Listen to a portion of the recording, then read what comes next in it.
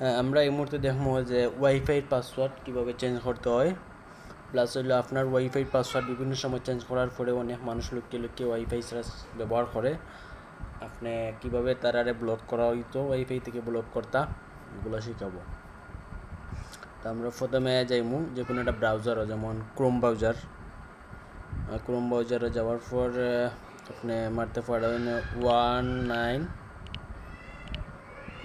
এরকম একটা কোড মারলে আপনি ফার্স্টে যে একটা দেখতে পারবা 192.168.0.1 ট্রেন্ডা ওয়্যারলেস রাউটার যেটা আইছে, এটার মাঝে আমি ঢুকলাম।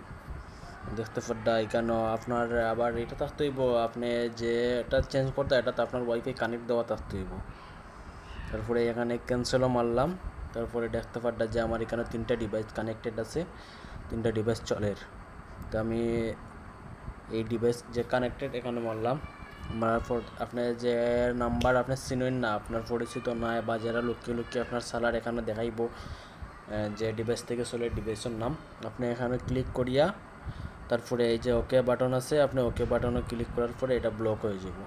দেখা আপনি ডিভাইস নাম অ্যাক্টিভ মানে ব্লক ডিভাইস দেখার। আবার যদি আপনি আনব্লক করতে হন তাইলে আবার রিমুভ মারবা, মারিয়া ওকে মারি দিলে আনব্লক হয়ে যাব। That's it.